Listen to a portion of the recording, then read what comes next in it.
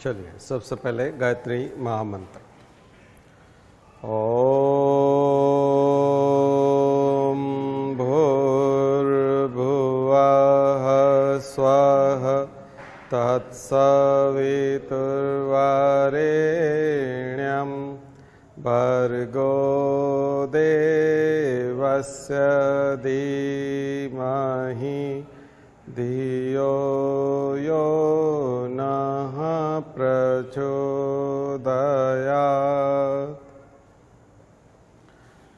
तो आपको कल बताया था कि ये जो बौद्ध धर्म हम पढ़ रहे हैं, अभी कला संस्कृति वाले भाग में पढ़ रहे हैं, लेकिन जो एंशिएंट हिस्ट्री है वो साथ साथ हमारा चल रहा है। और यहाँ पर भी इस विषय का या बौद्ध धर्म का उतना ही बड़ा रोल है जितना कला संस्कृति में, आर्ट एंड कल्चर में।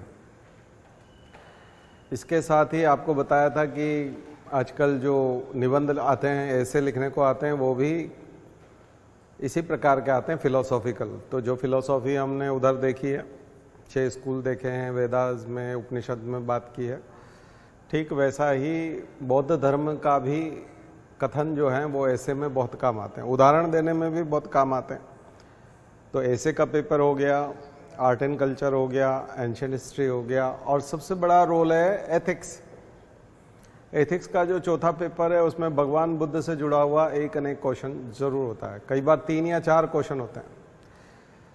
तो भगवान बुद्ध, उनकी शिक्षाएं, उनका साहित्य और कला भी, बौद्ध कला, स्तूप और ये सब जो है बौद्ध कलाएं हैं। तो आर्ट में भी इससे जुड़ी हुई कोई भी चीज़ घुमा फिरा के पूछी जा सकती है। तो इसलिए चाहे फिलॉसफी हो, चाहे वो कई ऑप्शनल्स में भी काम का है, जैसे फिलॉसफी ऑप्शनल है, हिस्ट्री ऑप्शनल है, तो ऑप्शनल सब्जेक्ट में भी काम का है, इक्वली इम्पॉर्टेंट है। सोशियोलॉजी में भी काम का है। सामाजिक परिवर्तन की बहुत बड़ी घटना थी बुद्ध का आना, उसके साथ साथ समाज पे भी असर पड़ा था, राजनीति पे भी असर। राजनीति में जो पंचशील का सिद्धांत है, भगवान बुद्ध के द्वारा दिया गया पंचशील का सिद्धांत, तो भारत चीन की दोस्ती के समय जो पंचशील बना था, या और भी हम कई जगह पर पंचशील शब्द यूज़ करते हैं, तो ये यहीं से निकल करके आते हैं। तो चाहे राजनीति विज्ञान हो, चाहे हमारा इंटरनेशनल रिलेशन हो, चाहे कल्चर हो, चाहे एथिक्स हो, ऐसे हो, एंशिएंट हिस्ट्री हो, आर्ट एंड कल्चर, तो इसका फैलाव बहुत बड़ा है, ऑप्शनल तक जाता है। तो इसलिए आप इसको जो है बड़ा गंभीरता से इसको तैयार कीजिए और नोट्स बनाइए। ये जो नोट्स हैं ये आपको यूज़ करने हैं। जैसे किचन में कुछ सामग्री ऐसी होती है जो किसी विशेष सब्जी में या विशेष खाने में ही प्रयोग की जाती है। मसाले की सामग्री, हर किसी में सारे मसाले नहीं पड़ते, लेकिन कुछ चीज़ें होती है जैसे मिर्च हुआ, नमक हुआ, है ना, ये कुछ चीज़ें ऐसी होती है जो सभी जगह काम आती हैं। तो ये सभी जगह काम आने वाला मसाला है। ये जो बौद्ध धर्म और इसकी शिक्षाएं और ये सब है, ये लगभग सभी जगह जो कुछ भी बनाओगे आप, जो कुछ भी आप एग्जाम में लिखोगे, उसमें ये काम आएगा। बस ये है कि आप में कला होनी चाहिए कि कहाँ उसका प्रयोग करेंगे, पता होगा तो आप कर पाएंगे। ठीक है। तो इनके जो कोटेशंस बनते हैं, छोटे छोटे वाक्य बनते हैं, उनको नोट करते जाइएगा, प्रमुख शिक्षाओं को नोट करते जाइएगा, क्या बोल रहे हैं। ठीक है। उनके शिष्यों के नाम और ये सब उदाहरण लिखने में काम आता है। उदाहरण लिखने के, आनंद उनके चचेरे भाई भी थे, उनके शिष्य भी थे और उनके बहुत नज़दीकी है। उन्हीं के कहने पर पहली बार महिलाओं को स्थान दिया गया था।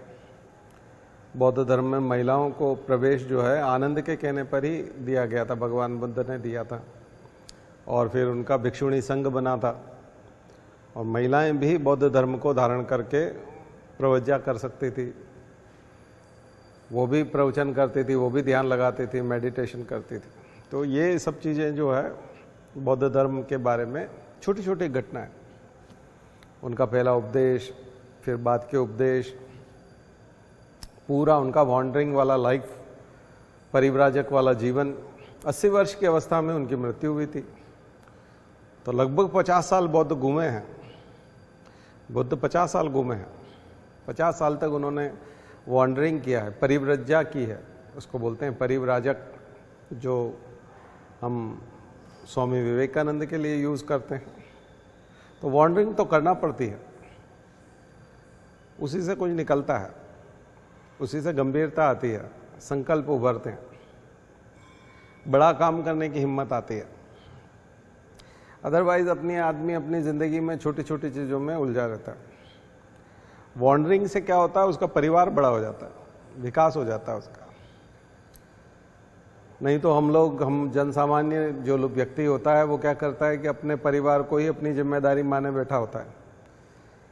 लेकिन आप उसको किसी मंदिर का अध्यक्ष बना दो तो मंदिर रोज वो ख्याल रखने लगेगा कि मंदिर में कोई अव्यवस्था तो नहीं हो रही है, चंदे का सही से उपयोग तो हो रहा है कि नहीं हो रहा है। तो मंदिर उसके परिवार की टेंशन के साथ मंदिर भी एक टेंशन, मतलब उसका काम का हिस्सा हो गया वो। धीरे धीरे मंदिर के पास में कोई बगीचा है, उसका भी उसको अध्यक्ष बना दो समिति का, किसको बगीचे की देखभाल रखने वाली जो समिति है उसके भी आप अध्यक्ष हो, तो एक चक्कर उसको बगीचे में भी लगाना। धीरे धीरे जो है उसको और किसी समिति का और किसी सम्मेलन का संगठन का अध्यक्ष बनाते जाइए, उसका दायरा बढ़ता जाएगा। उसको लगेगा कि ये भी मुझे देखना है, वो भी मुझे देखना है। तो जब आप कलेक्टर बनते हैं तो पूरे जिले के सारे स्कूल, सारे हॉस्पिटल, सारे बैंक, सब कुछ आपके अंडर में होते हैं। जहाँ कहीं अव्यवस्था है, कोई भी परेशान कर रहा है आम जनता को, आप उसके रक्षक होते हैं। और यहाँ हम अपने परिवार की टेंशन में ही परेशान होते रहते हैं कि हम इसका काम नहीं कर पाए, आज हमसे बच्चा नाराज हो गया, कल पत्नी नाराज हो गई, कल कोई नाराज हो गया, घर का कोई रिश्तेदार नाराज हो गया। तो मतलब हम तो यही मेंटेन नहीं कर पा रहे थे। और कहाँ जो है आपको पूरा डिस्ट्रिक्ट मेंटेन करना है। और जो पूरे देश की प्रवज्ञा कर लेता है, परिव्राजक बन जाता है, उसको देश की चिंता होने लगती है कि हमारे उस प्रांत में ये नहीं है, हमारे उस प्रांत में सूखा पड़ा हुआ है, अभी साइक्लोन आने वाला है उस राज्य में, ये जिले बहुत प्रभावित हो जाएंगे, आज वहाँ के लोग रात भर सो नहीं पाएंगे क्योंकि उनके घरों में पानी भरा होगा। तो उस चिंता में बैठा रहता है वो। तो आदमी जैसे जैसे अपना दायरा विकसित करता जाता है, और वसुधैव कुटुंबकम कर ले, पूरी वसुधा ही हमारा कुटुंब है, तो फिर पूरे दुनिया की चिंता होने लगती है। दुनिया के किसी हिस्से में अगर कुछ नहीं हो रहा है तो आदमी को वो चिंता होने लगती है। तो आदमी के व्यक्तित्व का विकास होता जाता है। आदमी फिर उस विश्व स्तरीय समस्याओं के समाधान खोजने लगता है, अपने मस्तिष्क को वहाँ लगा देता है कि क्या मैं इतने बड़े समाधान खोज सकता हूँ क्या। तो ऐसे में फिर महानता आती है, तो महानता का विकास होता है आदमी में। तो वॉन्डरिंग से होता है। स्वामी विवेकानंद ने भी परिव्रज्या की, गौतम बुद्ध ने भी परिव्रज्या की, स्वामी जो हमारे महावीर स्वामी हैं उन्होंने भी की, सभी ने की, गांधी ने भी की, ठीक है ना। मोदी भी प्रधानमंत्री बनने से पहले, मुख्यमंत्री बनने से पहले पूरा भारत घूमते थे, हिमालय से लेकर सब तरफ घूमे हैं। अभी आपने देखो भारत जोड़ो यात्रा निकाली थी राहुल गांधी ने, उसके बाद से उसके लेक्चर में, भाषण में कितना चेंज आया, उसके पहले के भाषण और बाद के भाषण में कितना परिवर्तन है। क्यों? क्योंकि वो परिव्रज्या है, पैदल यात्रा है, लोगों से मिलते हैं। सड़क पर रहकर के लोगों से मिलना बिल्कुल अलग चीज़ है, सड़क पे जाकर के लोगों से मिलना बिल्कुल डिफरेंट चीज़ होती है। उससे विकास होता है, मस्तिष्क का विकास होता है, संकल्प बड़े हो जाते हैं, ज़्यादा लोग आपके दायरे में आ जाते हैं। आपको अगर 2 लोगों को और लेना है तो आप एक छाता और एक्स्ट्रा लेंगे, क्योंकि आपको मालूम है भीग जाएंगे। ज़्यादा लोगों को फिर आप कहोगे 4 लोग हैं, 5 लोग एक काम करते हैं, कार ही ले लेते हैं, छाते से बात नहीं बनेगी। कहोगे नहीं परिवार वहाँ जा रहा है तो फिर तो बस कर लेते हैं, बड़ी बस कर लेते हैं, 20 लोग जिसमें जा सकें ऐसी छोटी बस कर लेते हैं। फिर कहोगे नहीं 70 लोग तैयार हो गए, 60 लोग तैयार हो गए, तो एक बस ही कर लेते हैं। तो आदमी फिर उसी हिसाब के से अपने संसाधन जुटाता है। तो ये इसके साथ सुनिए क्यों एथिक्स वाले पेपर में महात्मा बुद्ध को रखा हुआ है, गौतम बुद्ध को, भगवान बुद्ध को क्यों रखा है। भगवान बुद्ध को वहाँ रखने का कारण यही है कि भगवान बुद्ध एडमिनिस्ट्रेटर को बहुत कुछ सिखाते हैं। जिनकी विवेकाधिकार शक्तियाँ हैं उनको बहुत ताकत देते हैं, उनको बहुत सोचना समझना सिखाते हैं, अपने जीवन का सार देते हैं। इसलिए पूरा जो बिहार है, बिहार का जो नाम पड़ा हुआ है वो गौतम बुद्ध की वजह से ही है, बिहार से पड़ा है। विहार 2 तरह का शब्द, 2 जगह यूज़ होता है विहार। एक विहार वो है जो डॉर्मेट्री की तरह यूज़ होता था, ऐसी जगह होती थी जहाँ लोग विश्राम करते थे, रहते थे। बौद्ध भिक्षु के रहने का स्थान कहलाता है विहार। उसमें वो विहार को बाद में बोलते बोलते बिहार बोलने लगे। तो पूरा जो बिहार है वो एक तरह से विहार का काम करता था, हॉस्टल था वो एक तरह से बुद्धिस्ट मॉन्क्स का। बौद्ध जो मठों में एक तरह से विहार होता है, स्तूप होता है और चैत्य होता है। तो स्तूप तो एक तरह का क्रिमेशन का एक स्थान हो गया जहाँ पर बोन्स रखी हैं, राख रखी हैं, तो एक तरह का अंतिम संस्कार हो गया। मृत्यु के बाद में स्तूप बनाया जाता है एक तरह से किसी की, तो स्तूप तो उसका प्रतीक हो गया। और चैत्य जो थे वो हमारे चर्च की तरह हैं या मंदिर की तरह प्रार्थना घर हैं, जहाँ सब लोग बैठ के सामूहिक बात कर सकते हैं, प्रार्थना कर सकते हैं, चर्चा हो सकती है, धर्म चर्चा हो सकती है, प्रवचन हो सकते हैं। और विहार निवास का स्थान है, बौद्ध भिक्षु भिक्षुणियों के निवास का स्थान। तो बिहार पूरा का पूरा बिहार जो आप देखेंगे तो लगभग सभी लोगों ने बौद्ध धर्म धारण किया था और बुद्ध की शिक्षा प्राप्त की थी, बुद्ध को गुरु बनाया था। तो 50 सालों में बिंबिसार से लेके प्रसेनजीत से लेके तमाम लोग, जितने लोग थे, सब लोग उसकी शरण में आए और उनको गुरु मानते चले गए, पूरा बिहार। तो वो चूंकि बिहार से बाहर ज़्यादा नहीं गए, वो वाराणसी तक आए इधर, और यूपी का ये हिस्सा सारनाथ और वाराणसी वाला, बनारस वाला, तो ये हिस्सा भी बौद्ध धर्म में रंग गया। तो इसलिए वो हिस्सा क्या बना, बिहार। ठीक है। तो आप देखेंगे वैशाली है, ऊपर ये है कपिलवस्तु से लेकर के पूरा, है ना। हाँ, कुशीनगर है। और तमाम आप देखोगे कि फिर बाद की जो बौद्ध संगीतियाँ हुई, जिसमें संकलन हुआ, कंपाइलेशन हुआ बुद्ध की शिक्षाओं का, विनय पिटक, सुत्त पिटक, अभिधम्म पिटक, ये सब लिखे गए। ये सब भी संगीतियाँ आप वहीं देखते हो। केवल एक संगीति आप कश्मीर में देखते हो, कुंडलवन वाली, बाकी तो श्रीनगर में, बाकी तो सारी संगीतियाँ आप बिहार में देखते हो। चाहे वो कालाशोक के समय में, अजातशत्रु के समय वाली, वो सारी आप लोगों ने देखी है। तो बौद्ध संगीतियाँ भी पढ़िएगा, चारों बौद्ध संगीतियाँ बहुत इंपॉर्टेंट। हालांकि वो बुद्ध के बाद है, लेकिन ये सब चीज़ें बहुत ज़रूरी है। ठीक है ना, बौद्ध साहित्य।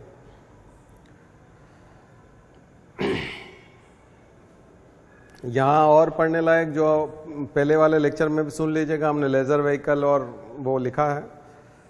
तो महायान और हीनयान और महायान, ये दो बड़े विभाजन हैं बौद्ध धर्म के, हीनयान और महायान। एक तंत्र विद्या को समर्पित रहा, बाद में क्या बोलते हैं उसको, हीनयान, महायान और वज्रयान, उसको बोलते हैं वज्रयान। यान मतलब व्हीकल, हम बोलते हैं ना यान, व्हीकल, विमान जो होता है, विमान है, कोई भी व्हीकल को हम लोग यान बोलते हैं एक तरह से, हिंदी में यान कहा जाता है। तो ये हीनयान, महायान, इसके बारे में बात करेंगे अभी। और हम लोग अभी थोड़ा सा हम साहित्य में और इसमें चलते हैं। कल हमने शिक्षाएं छोड़ी थी अष्टांगिक मार्ग पर, अष्टांगिक मार्ग की बात कर रहे थे, और आपसे बताया था कि जो थीस थे, जो आस्तिक हैं और नास्तिक हैं, तो ये आस्तिक स्कूल है, आस्तिक स्कूल का भाग है। ये नास्तिक नहीं है, ये ईश्वर को मान्यता देते हैं, आत्मा को भी मानते हैं। ऐसा नहीं है कि आत्मा को नहीं मानते, बट आत्मा को उस तरह से नहीं मानते जैसा हिंदू मानते हैं। हिंदुओं में आत्मा की मान्यता, सोल जो है, हमारी सोल की बात करते हैं हम लोग, तो वो सोल जो है वो डिफरेंट है। इनके इसमें बौद्ध धर्म में देखेंगे कि यहाँ आत्मा का जो मान्यता है वो बिल्कुल डिफरेंट है, हिंदुओं जैसी मान्यता नहीं है। हम लोग एक ही तरह की आत्मा मानते हैं, या हम लोग मानते हैं कि इस व्यक्ति की आत्मा उसमें चली गई है, दूसरा जन्म आया तो अब वो बन गया है, इसीलिए तो हम श्राद्ध करते हैं। श्राद्ध में हम लोग पक्षियों को और जानवरों को खाना खिलाते हैं। हमको लगता है कि हमारा जो पूर्वज है वो अभी इस डॉग के उसमें हो सकता है क्रो बन गया होगा, कौवा बन गया होगा, चिड़िया बन गया होगा, अभी वो गाय बन गया होगा, हो सकता है इनमें से किसी रूप में वो हो। इसका मतलब आत्मा वही वाली है और वो घूम फिर करके इधर शिफ्ट हो गई है। बौद्ध धर्म के हिसाब से वो ऐसे शिफ्ट नहीं होते, वो ये मानते हैं कि ये आत्मा अलग है, ये आत्मा अलग है। मनुष्य वाली आत्मा बिल्कुल अलग है। जैसे दूध हो गया तो दूध में जैसे घी, आपका मक्खन बन गया, मक्खन से घी बना लिया आपने, या उसी का दही बना लिया, तो देखा जाए तो वो दूध के रूप है, एक जैसा ही है सब जगह। लेकिन वहाँ वो बोलते हैं नहीं नहीं, मक्खन तो बिल्कुल अलग होता है, घी भी फिर बिल्कुल अलग होता है, और दही तो खट्टा होता है, दूध तो वैसा खट्टा नहीं होता, तो बिल्कुल अलग है। उसको आप दूध का रूप और वो सब नहीं कह सकते, वो बिल्कुल डिफरेंट चीज़ है। वो प्रोडक्ट हैं और डिफरेंट प्रोडक्ट्स हैं, जबकि वो एक ही रासायनिक परिवर्तन से एक दूसरे के बने हुए हैं। तो ठीक वैसे ही बौद्ध धर्म में अलग अलग मान्यता है, अलग अलग तरह की आत्मा का। इसीलिए पुनर्जन्म को तो वो मानते हैं, लेकिन पुनर्जन्म को उस तरह से नहीं मानते हैं। और वो बोधिसत्व की जो परंपरा मानते हैं कि भगवान बुद्ध के बहुत सारे जन्म हुए हैं, तो फिर क्या भगवान बुद्ध को मुक्ति नहीं मिली थी? क्या भगवान बुद्ध ने पाप किए थे? भगवान, क्योंकि बार बार जन्म तो उसी का होता है जिसको मोक्ष नहीं। हिंदू धर्म के हिसाब से बार बार जन्म उसका होगा जो अपने कर्मफल पूरे कंप्लीट नहीं करेगा। लेजर कंप्लीट होना चाहिए, इनकम और एक्सपेंडिचर का जो बैलेंस है वो कंप्लीट होना चाहिए।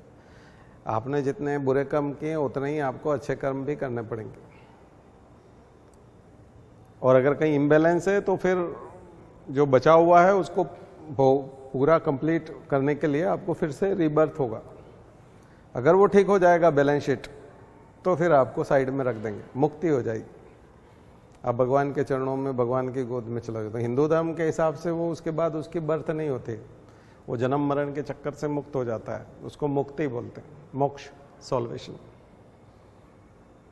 तो जब हम बोलते हैं भगवान बुद्ध के बहुत सारे जन्म हैं, और खास करके प्रमुख जन्मों में हम मैत्रेय को बोलते हैं और ये सब बात करते हैं, तो क्या भगवान बुद्ध को जन्म लेने पड़े थे?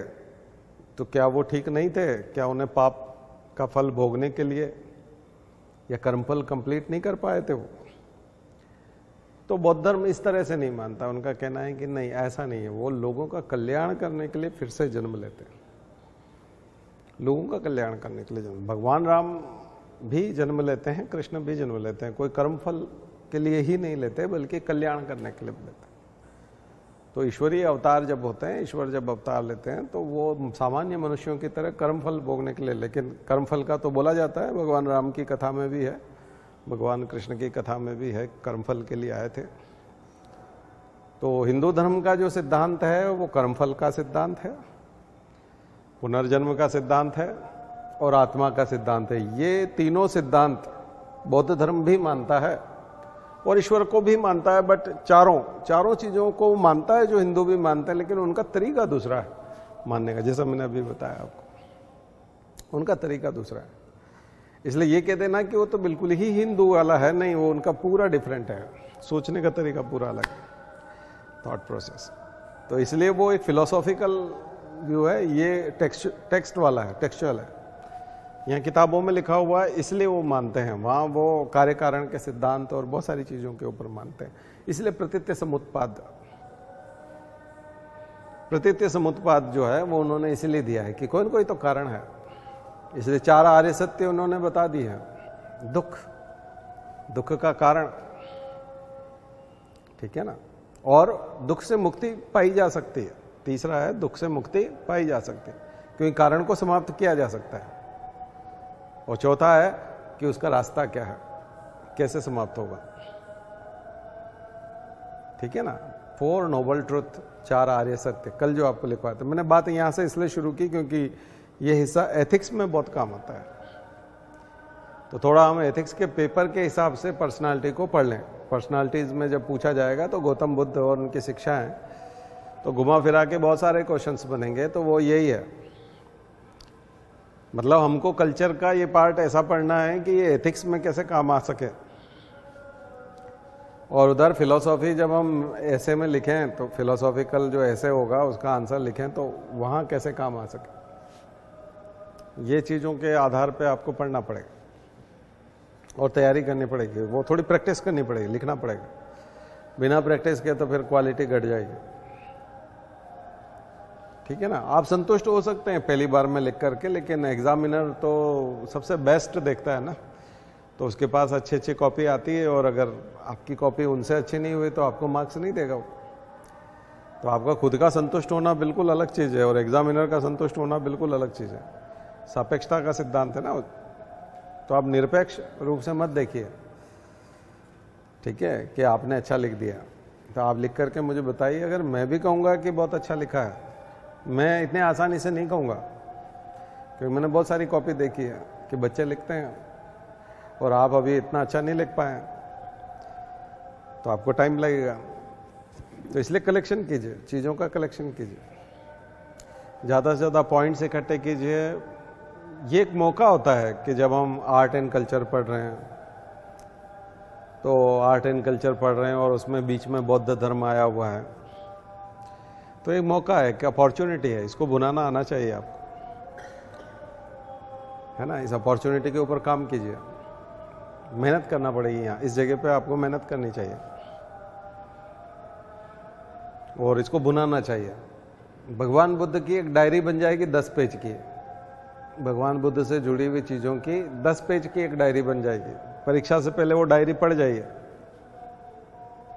आपको कम से कम 300 नंबर के क्वेश्चंस में मसाला रखने का मौका मिलेगा। यही तैयारी है, सिविल सर्विसेज की तैयारी यही है। और इंटरव्यू में यही सब क्वेश्चंस रहेंगे। आप भोपाल से जाएंगे, सांची के ऊपर क्वेश्चन बनेगा। सारीपुत्र और मोदग्लायन, महामोगलायन की, मोदग्लायन भी बोलते हैं, महामोगलायन भी बोलते हैं, दोनों की अस्थियां रखी हुई है इसमें सांची के स्तूप में। उनके सबसे ऐसे शिष्य थे ये 2, सारीपुत्र और महामोदग्लायन, जो उनके जीवन काल में ही चले गए थे।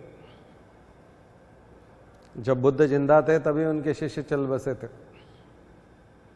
ये 2 शिष्य थे, तो उन्होंने ही आदेश दिया होगा या जो भी, तो बाद में अशोक ने और उन्होंने जो है इसको बहुत अच्छे से संजो के रखा,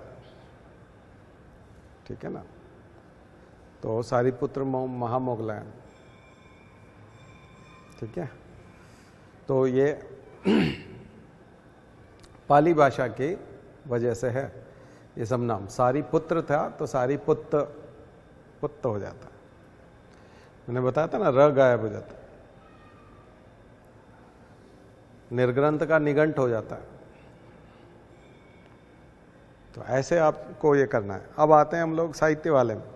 साहित्य वाले में कल नेक्स्ट टाइम चलेंगे हम लोग, बहुत सारी चीज़ें, तो साहित्य वाले में बाद में बात करेंगे। अभी तो 3-4 निबंध के विषय लिख लीजिए इसमें। एक तो पंचशील लिख लीजिए, बौद्ध धर्म का की शिक्षाओं का भारत की विदेश नीति में महत्व, importance of Buddhist teachings, importance of Buddhist teachings in foreign affairs of India.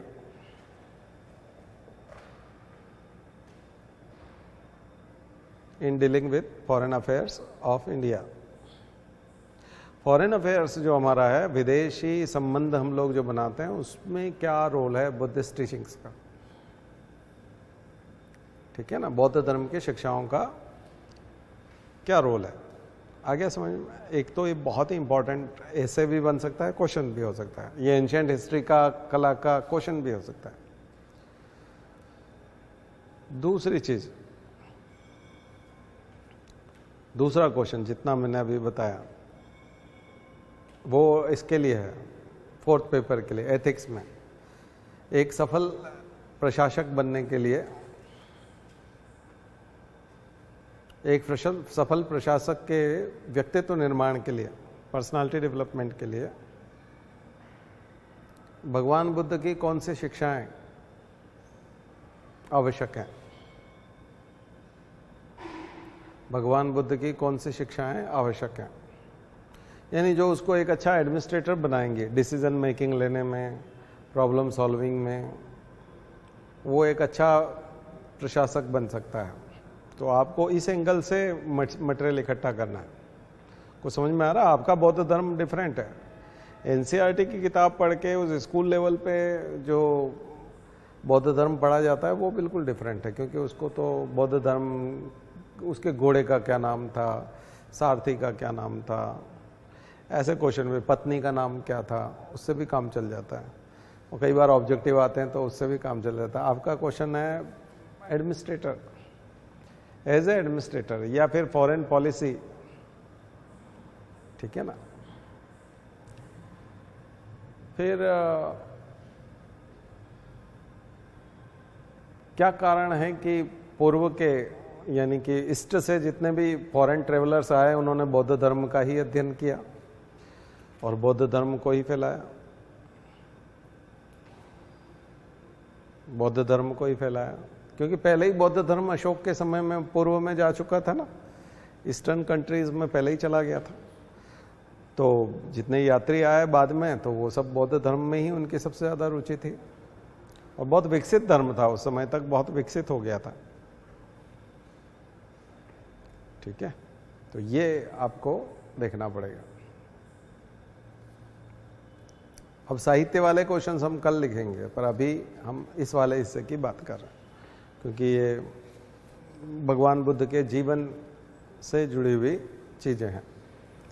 आपको पता है कि जो उन्होंने 29 दिन तक जो उपवास किया था और जो पेड़ के नीचे बैठे थे, पीपल के पेड़ के नीचे, महाबोधि वृक्ष हम लोग बोलते हैं, और वहाँ उन्होंने रेनेंसिएशन या यूँ कहें कि संसार को उन्होंने जानने की कोशिश की, बोध प्राप्त हुआ था, एनलाइटेनमेंट उसको हम लोग बोलते हैं, एनलाइटेनमेंट। तो ज्ञान प्राप्त हुआ था, बोध हुआ था, एनलाइटेनमेंट हुआ था। तो यहाँ पर भी जाकर के वहाँ थोड़ा सा वीडियो जाकर के देखिएगा महाबोधि ट्री वाला, और या फिर उस पर पढ़िएगा विकिपीडिया पे, तो वहाँ आपको जगह जगह आपको 3-4 जगह मिलेगी। मैं हर साल पढ़ाता हूँ, वो पुराने लेक्चर में भी मिलेगा आपको कि भगवान बुद्ध उठे थे, उठ करके के उन्होंने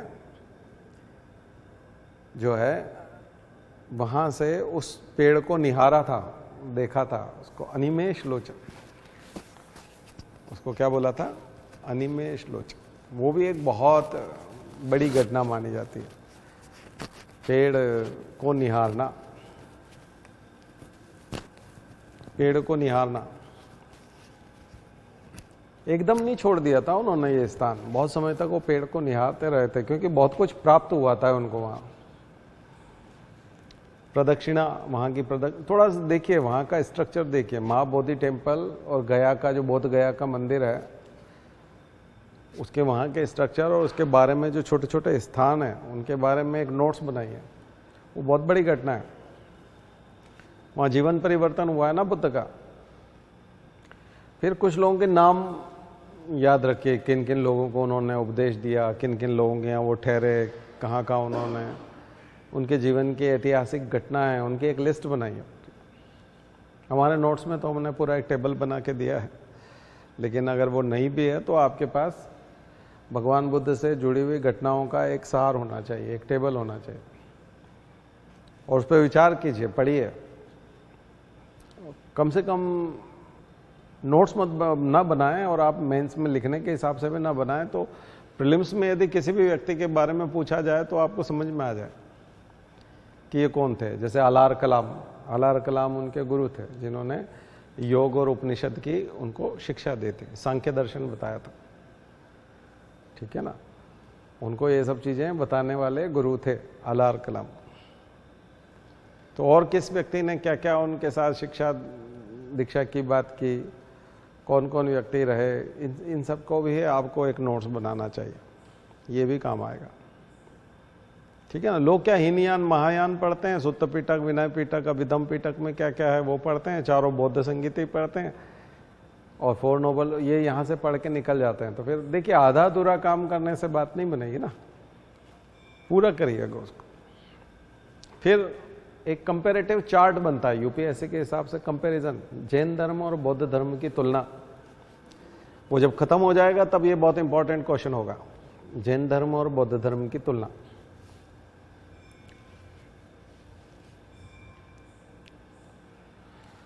फिर जैन धर्म, बौद्ध धर्म और वैदिक धर्म की तुलना, एक बहुत कंपैरिजन बिटवीन वैदिक रिलीजन एंड बौद्ध religion, Buddha religion. Comparison between वैदिक रिलीजन, हिंदू रिलीजन शब्द नहीं लिखेंगे क्योंकि हिंदू सनातन ये शब्द उस समय में नहीं थे, वैदिक शब्द था, वैदिक रिलीजन। हिंदू शब्द तो बहुत बाद का है, मुसलमानों का दिया हुआ है, तो हिंदू शब्द तो नहीं है। और जहाँ तक सनातन, तो सनातन तो हम बोलते हैं कि बहुत पुराना है, प्राचीन है, इसलिए सनातन। लेकिन उस समय में क्या बोलते होंगे, जब ऑलरेडी एंशियंट टाइम में तो सनातन नहीं बोल सकते क्योंकि उस समय तो ओरिजिन ही हो रहा था, तो उस समय तो सनातन शब्द नहीं बोल सकते, ठीक है ना। तो जैसे हम बोलते हैं कि आज़ादी के समय यानी कि 1947 में, ठीक है ना, तो 1947 से पहले या 1947 वाले दिन तो आज़ादी हुए हैं, तो उस समय तो ऐसा नहीं बोल सकते ना, उस समय नहीं बोल सकते। हम लोग बोलते थे जिन दिनों में आज़ादी मिल रही थी, तो वहाँ थी में बोल रहे थे हम लोग, पास्ट टेंस में बोल रहे हैं। तो वो तो सनातन शब्द तो पास्ट टेंस के हिसाब से कि बहुत समय से है, बहुत पुराना है। लेकिन उस समय के हिसाब से बात करेंगे तो वहाँ वैदिक रिलीजन, क्या बोलेंगे, वैदिक रिलीजन, ठीक है। तो इनके साथ कंपैरिजन आपको करना सीखना है, ठीक है। तो एक तो बौद्ध धर्म की विशेषता यह है कि बौद्ध धर्म और जैन धर्म दोनों की, क्योंकि बाकी जगहों पर क्या है कि आप थोड़ा सा सीक्वेंस तोड़ सकते हैं, वैदिक में भी आप वो वाला सीक्वेंस तो नहीं तोड़ सकते जो मैंने आपको बताया था कि सबसे पहले तो ऋग्वेद होते हैं, उसके बाद संहिता है, तो वो सीक्वेंस भी लिख लीजिए। मैं यहाँ पे भी सीक्वेंस बताऊंगा अभी आपको। तो वैदिक वाला सीक्वेंस लिख लीजिए। सबसे पहले तो वेद है, वेद के बाद संहिता है, संहिता SAMHITA इंग्लिश में इस तरह से लिखते हैं, संहिता। फिर ब्राह्मण है, ब्राह्मण, और ब्राह्मण के बाद आरण्यक, आरण्य के बाद में उपनिषद। तो ये 5 चीजें। उपनिषद, तो भगवान बुद्ध को भी उपनिषद, उन्होंने उपनिषद से शुरू किया था। पहले की बातों को तो उन्होंने मना कर दिया, पढ़ने से भी मना कर दिया। उन्होंने कहा ये तो हम पढ़ने लायक भी नहीं है, क्योंकि हम तो विरोधी हैं इसके। तो भगवान बुद्ध के हिसाब से शुरू की 4 चीजें तो पढ़ने लायक भी नहीं है। वो सीधे उपनिषद पे आए थे, आप तो हमें उपनिषद बता दीजिए, वो बहुत काम के हैं, यहीं से शुरू करते हैं, ठीक है ना। वो समकालीन भी थे, अधिकांश उपनिषद तो उनके समय में बने भी नहीं थे, बन गए थे लेकिन बहुत सारे प्रचलित नहीं थे। और कुछ तो उपनिषद बाद में भी लिखे गए, भगवान बुद्ध के भी बाद लिखे गए। तो उपनिषदों का विकास हो रहा था, लोग डिबेट करते थे, उन समय में बात करते थे। भगवान बुद्ध के समय में काफ़ी धार्मिक चर्चाएं इसी पे होती थी, उपनिषदों पे होती थी। बहुत रैशनल है ना, बताया आपको, बहुत ही ज़्यादा रैशनल है। तो ये हिस्सा, तो ये क्रम जो है, ये सबसे बड़ी चीज़ है कि हमारा जो व्यवस्थित इतिहास है वो यहीं से बनता है, और एक क्रोनोलॉजी चलती है, और वो सीक्वेंस टूटता नहीं है। जबकि दुनिया के दूसरे जगह जो अध्ययन हुए हैं वहाँ पर सीक्वेंस टूट जाता है, वहाँ क्रम नहीं रह पाता। यहाँ एक क्रम है।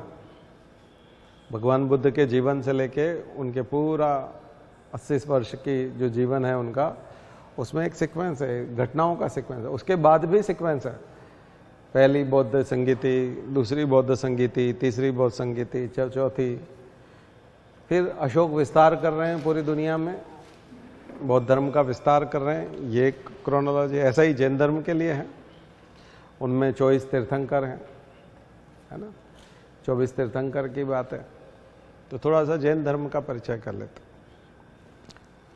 ठीक है। फिर हम साहित्य में आएंगे, साहित्य का जब चलेगा तो फिर हम प्योर साहित्य में ही रहेंगे। तो अगली बार जब हम लेक्चर लेंगे तो वो साहित्य का रहेंगे। तो यहाँ थोड़े दूसरे दर्शन भी भूलना नहीं है आपको, जैसे मक्खली गोशाल है, वो भी पहले जैन थे, लेकिन बाद में उन्होंने अपना अलग लोकायत संप्रदाय बना लिया। चारवाक हैं जो पूरी तरह से नास्तिक थे। उनका है कि कोई मतलब नहीं है, कोई ज़्यादा सिंसियर रहने की ज़रूरत नहीं है कि कर्म फल होगा, ये होगा, कहीं कुछ नहीं होगा, ये बस यही एंड है, जो करना है कर लो, बाकी कुछ नहीं होना जाना। मक्खली घोषाल भी ऐसे ही थे। लोग 3-4 ऐसे लोग हैं आपको जो यहाँ मिलेंगे, ठीक है, जैनिज्म के आसपास ही, बौद्ध धर्म और जैनिज्म के साथ ही पढ़ा जाता है इनको। ये अकर्मवादी थे, नॉन एक्शनलिज्म, यानी कि कर्म करना ही नहीं है, ठीक है। तो यहाँ भगवान महावीर का जन्म और भगवान महावीर के जीवन की घटनाएं ये हम पढ़ते हैं, लेकिन साथ साथ यहाँ एक चीज और पढ़ते हैं कि भगवान महावीर 24वें तीर्थंकर हैं, जबकि उसके पहले 23 तीर्थंकर हैं। तो बहुत लोग समकालीन बताए गए हैं। भगवान नेमिनाथ को जो है वो भगवान कृष्ण का कजिन बताया है, भगवान नेमिनाथ। तो बहुत सारे ऐसे लोग हैं। तो ये आप देखोगे कि जो काल आ रहा है 500 तक आते हैं, तो 900, 800, 900 के आसपास मैंने आपको बताया भगवान कृष्ण है, और 1000 के आसपास, 1000 या 900 के आसपास भगवान राम है। तो कुछ जो तीर्थंकर हैं, जैन धर्म पहले से चला आ रहा है, क्योंकि जो हम 500-600 में बात कर रहे हैं भगवान महावीर की, ये तो 24वें नंबर के हैं। 23 और लोगों की और जिंदगी पीछे जाए, 23 पीढ़ी मान लीजिए, 23 पीढ़ी है।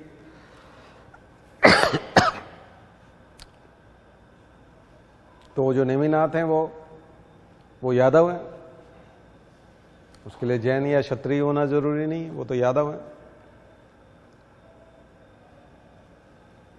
उनके बारे में कहानी आती है कि जब उनकी शादी होने जा रही थी तो पशु बलि की परंपरा थी, पशु बलि देते थे, भोजन कराया जाता था लोगों को, मांसाहार का प्रचलन था।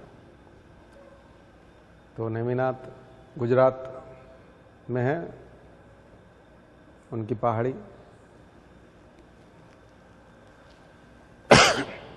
तमाम आप तीर्थों के नाम देखते हैं ना, गुजरात में भी जैन तीर्थ हैं।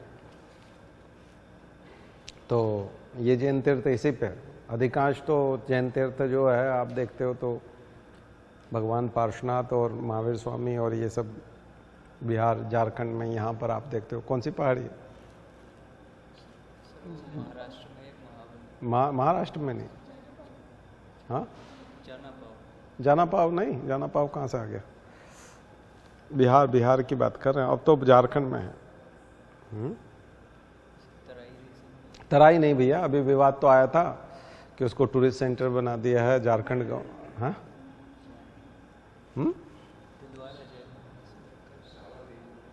श्रवण बेलगोला तो साउथ में, क्या बात कर रहे हो भाई, साउथ कर्नाटक में श्रवण बेलगोला है।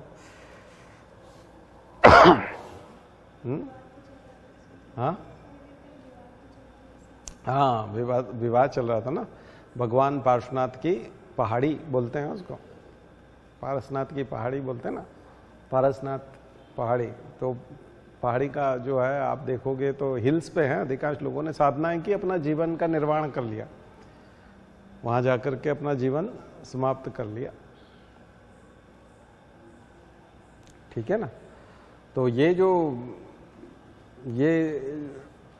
व्यक्ति थे, नेमिनाथ जो भगवान थे, ये अपनी शादी में जा रहे थे, इनकी बारात जा रही थी। तो एक जगह पर बहुत सारे पशुओं को बाड़े में बांध करके रखा गया था।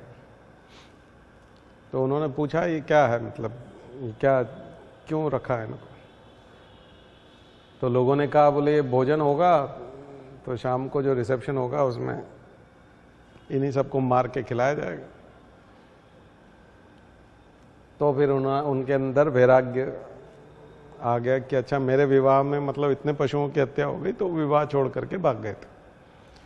और वहीं जो है उन्होंने पूरी जीवन पहाड़ी पे तपस्या में और लोगों का कल्याण करने में लगा दिया। आया समझ? तो ऐसे तीर्थंकर आप देखोगे वो भगवान कृष्ण के चचेरे भाई हैं नेमिनाथ जी। तो उनका जो नंबर है आप 24 तीर्थंकर में जाकर के देखेंगे तो भगवान कृष्ण के समकालीन है, कोई भगवान राम के समकालीन है। तो ये पहले से चला आ रहा है। जैन धर्म कोई महावीर स्वामी के द्वारा सृजित धर्म नहीं है कि ओरिजिन यहीं पे हुआ है महावीर स्वामी के समय। महावीर स्वामी 24वें तीर्थंकर है, 24 नंबर के हों। उसके पहले भगवान ऋषभ देव से पहले जो तीर्थंकर हैं वो पहले तीर्थंकर कौन है? ऋषभ देव, आदि भगवान है, ठीक है, आदिनाथ या ऋषभ देव जो सबसे प्राचीन है, सबसे प्रिमिटिव गॉड है वो उनके। और गॉड है नहीं मतलब तीर्थंकर है। तीर्थंकर वही जहाँ मुसलमानों में पैगंबर बोलते हैं हम लोग, हमारे यहाँ हम लोग ऋषि बोलते हैं। सेजेस जिन्होंने वेदों की रचना की वहाँ वो उस धर्म के प्रवर्तक है, प्रोपाउंडर है, प्रोपाउंडेड बाय तीर्थंकर्स। तो अलग अलग तीर्थंकर अलग अलग तरह के उपदेश, अलग अलग के तरह के धर्म ग्रंथों का संकलन, धर्म के सूत्र सब देते हैं।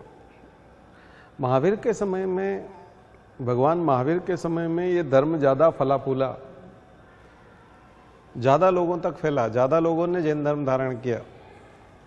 जैन एक ऐसा धर्म है, वैसे तो कोई भी धर्म ऐसा है जिसे धारण ही करना पड़ता है, उसमें पैदा होने से काम नहीं चलता। जाति जन्म से बनी रह सकती है, धर्म जन्म से नहीं बना रह सकता।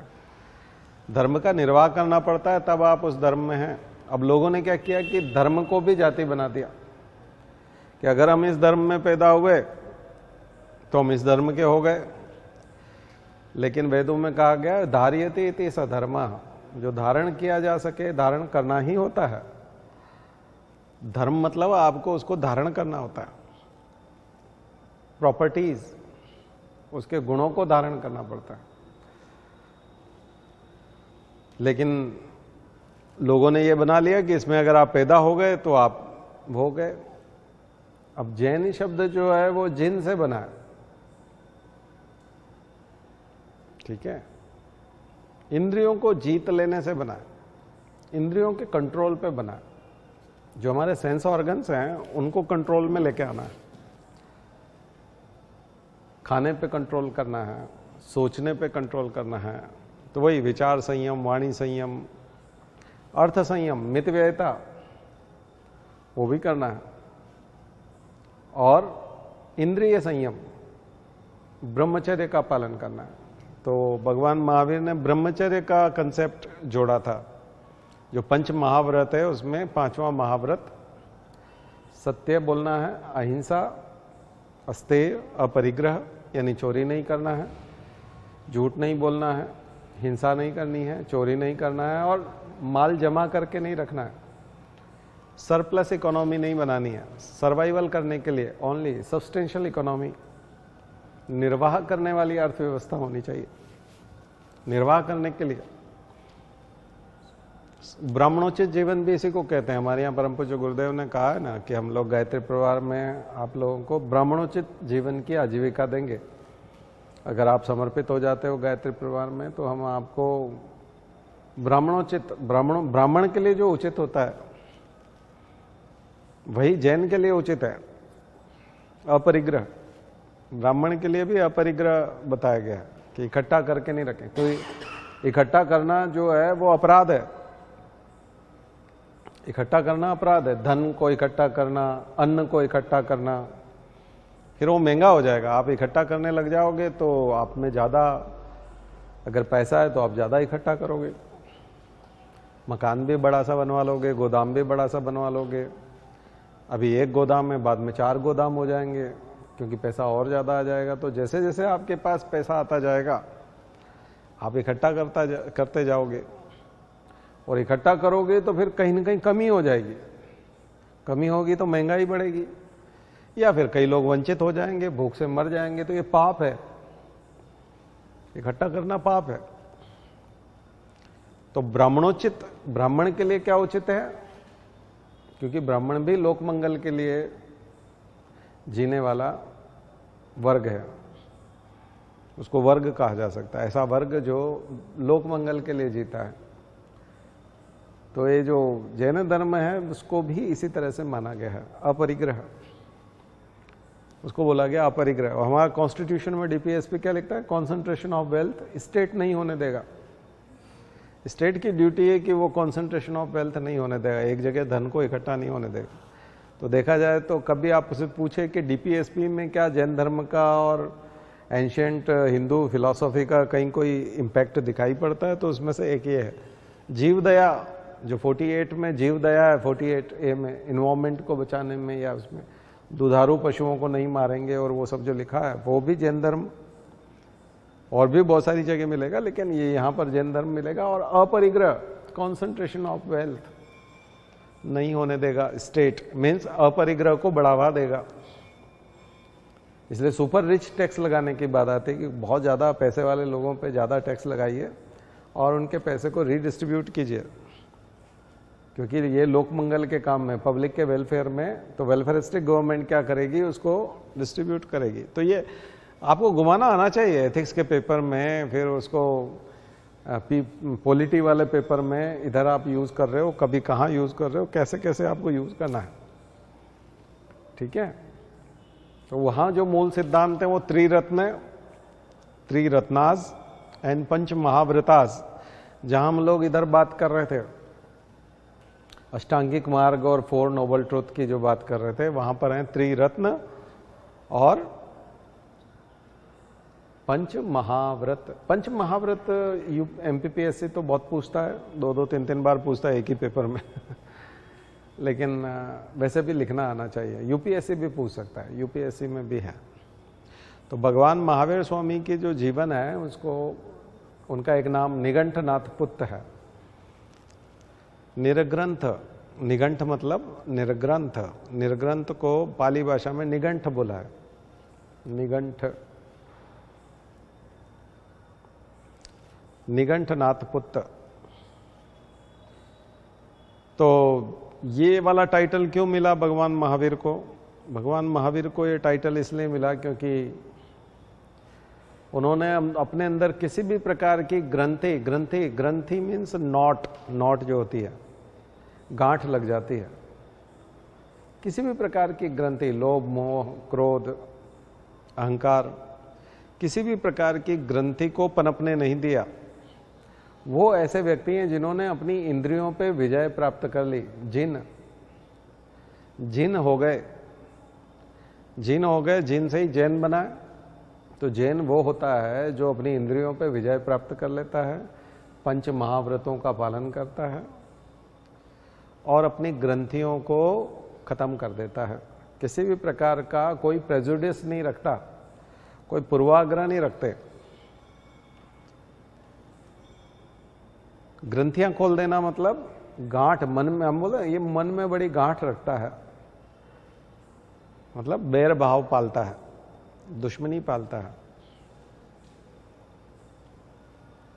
इसके मन में पाप है, तो किसी प्रकार का पाप नहीं होना, किसी प्रकार की गांठ नहीं होना, निर्ग्रंथ हो जाना, अपने मन की ग्रंथियों को खोल देना, निगंठ नाथ पुत्र।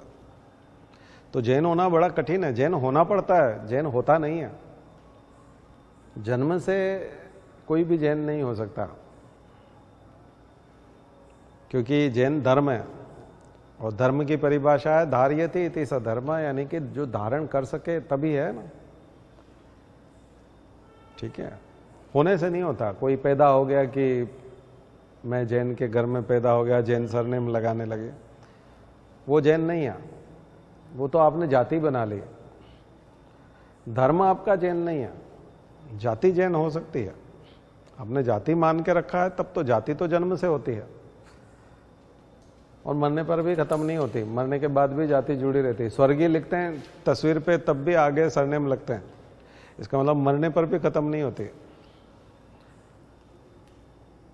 जन्म से पहले शुरू हो जाती है। इसके पेट में किसका बच्चा है तो कहेंगे ये उसका बच्चा है, तो सरनेम के साथ बोलेंगे उसका बच्चा है, यानी जन्म से पहले शुरू हो जाती है, मरने के बाद भी बनी रहती है, तो उसको कहेंगे जाति।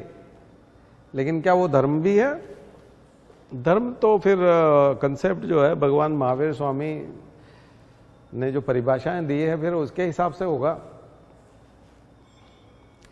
हिंदू भी देखा जाए तो बनना पड़ेगा, केवल हिंदू जाति से होने से कैसे काम चलेगा। हिंदू बनने के लिए हिंदू धर्म के जो सिद्धांत हैं तो ये वाली चीज को पकड़िएगा। केमिस्ट्री फिजिक्स में वहां हम लोग धर्म किसको कहते हैं, हम बोलते हैं गुण धर्म, properties, chemical properties, physical properties, उसको धर्म कहा गया। एग्जाम्पल लिया जाता है कि आग का धर्म है गर्मी देना, पानी का धर्म है बहना, शीतलता,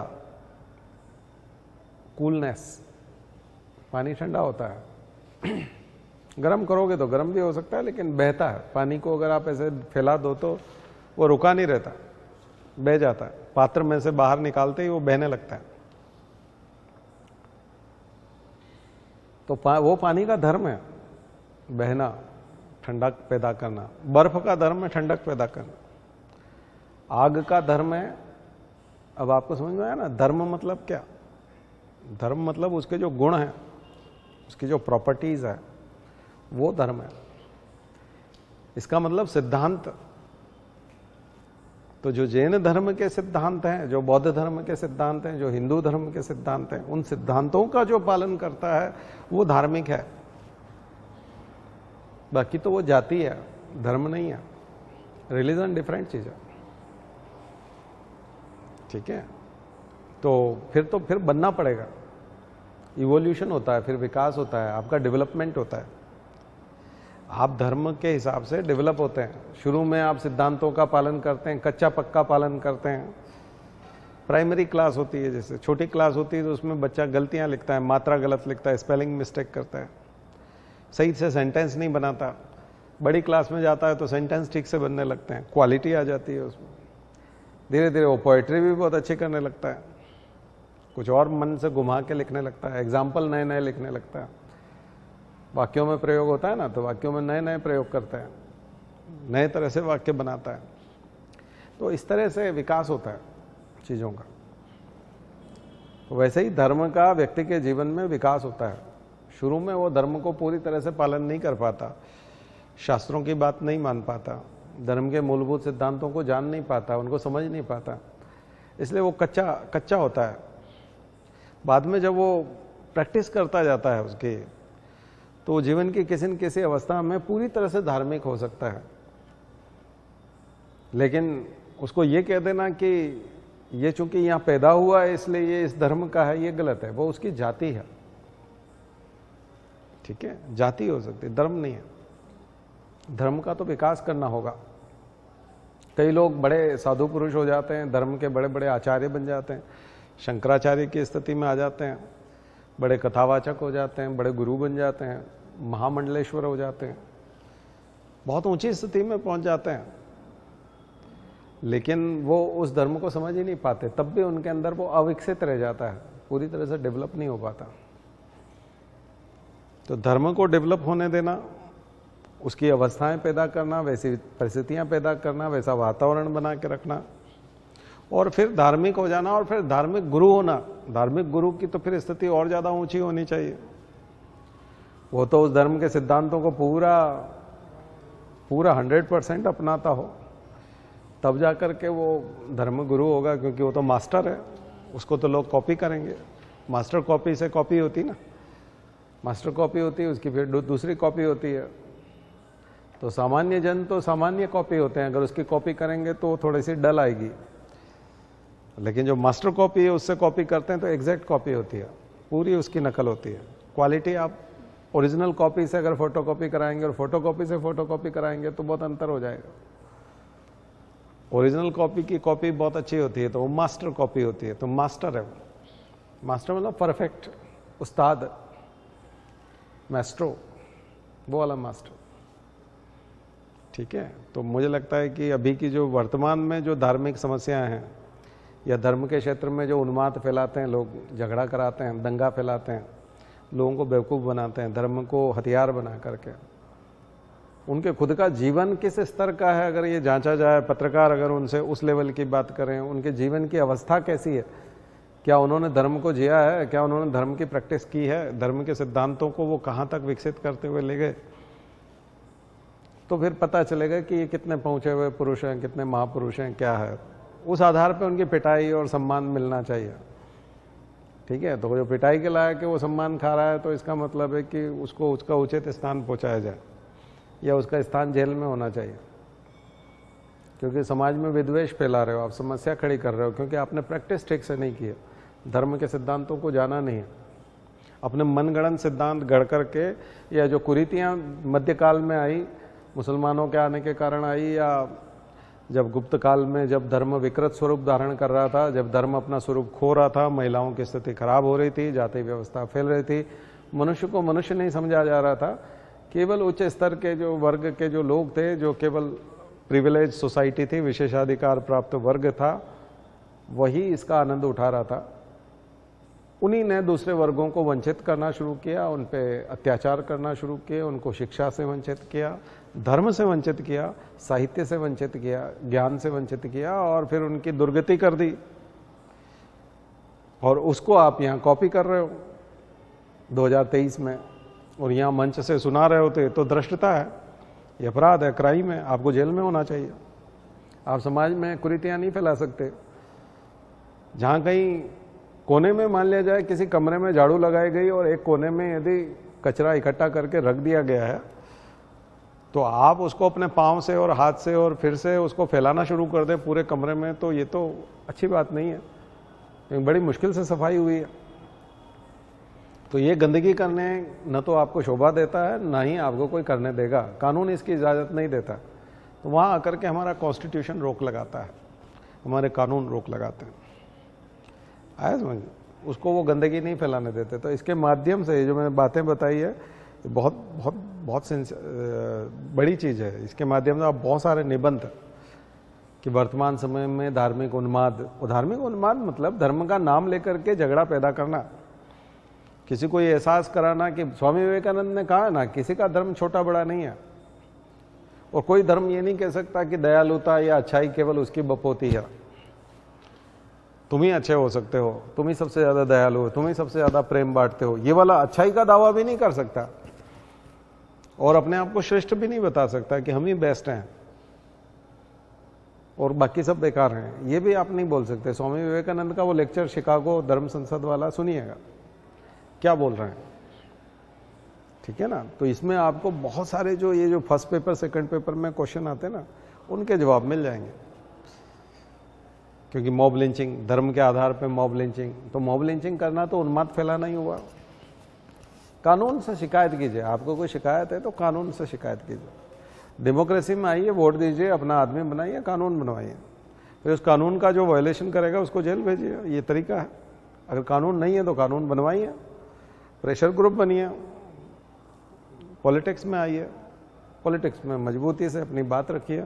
संसद में कानून बनेगा, विधानसभा में कानून बनेगा, वो लोग जेल जाएंगे, जो गलत हैं वो जेल जाएंगे। लेकिन आप सड़क पे न्याय अपने हाथ से नहीं दे सकते हैं। आप अपने हाथ से न्याय देने लगे, किस दिन कोई दूसरा उठ करके वो न्याय देने लगेगा तो फिर तो एनार्किज्म आ जाएगा, केओस आ जाएगा। तो ये इजाज़त नहीं दी जा सकती किसी को भी। ये बहुत बहुत इंपॉर्टेंट चीज़ है, इसको समझिएगा। और इसको बहुत सारे आंसर में आपको लिखने का मौका मिलेगा। बहुत बहुत क्वेश्चंस होंगे इसके।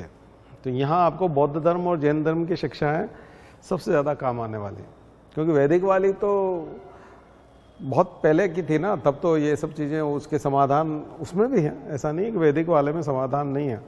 लेकिन जैन धर्म और बौद्ध धर्म सुधार आंदोलन थे, रिफॉर्म पे आए थे। वो कुरीतियों को मिटाने के लिए ही बनाए गए थे, इसलिए उसमें ज़्यादा शिक्षाएं हैं। समाज को ठीक ठाक चलाने के लिए, प्रशासन को ठीक से चलाने के लिए, और जो गलत चीज़ें, अवांछनीयताएं हैं, जो अनड्यू हैं, जो नहीं होना चाहिए, वो अगर मौजूद है तो उसको कैसे हटाना है। अवांछनीय, अनड्यू यानी जो नहीं है और फिर भी मौजूद है, तो उसको कैसे हटाएं, उसको रिमूव कैसे करें, इरेडिकेट कैसे करें।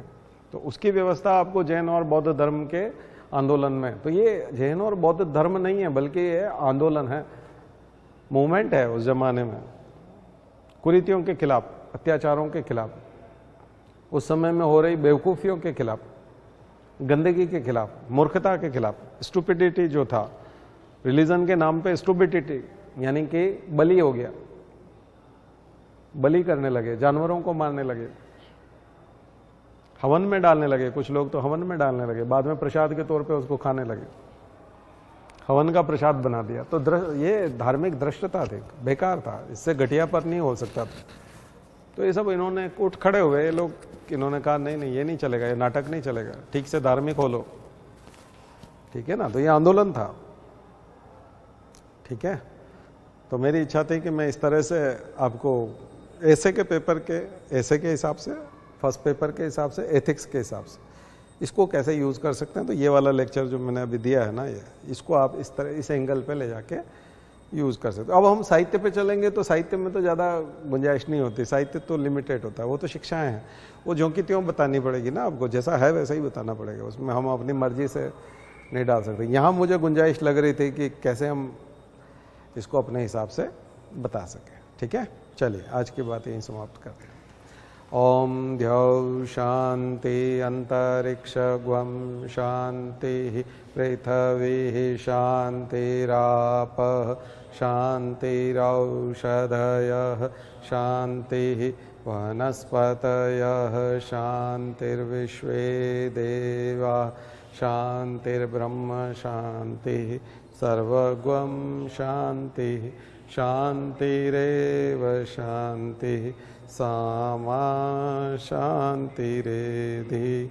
ओम शांति शांति शांति सर्वारिष्टासु शांतिर्भवतु। बोले गायत्री माता की, परम पूज्य गुरुदेव की, परम वंदनीय माता जी की। हम सुधरेंगे, हम बदलेंगे, एक बनेंगे। जन्म जहाँ पर, अन्न जहाँ का, ज्ञान जहाँ से, वह है प्यारा। देश की रक्षा कौन करेगा। मानव मात्र, नर और नारी, जाति वंश सब भारत माता की, भारतीय संस्कृति की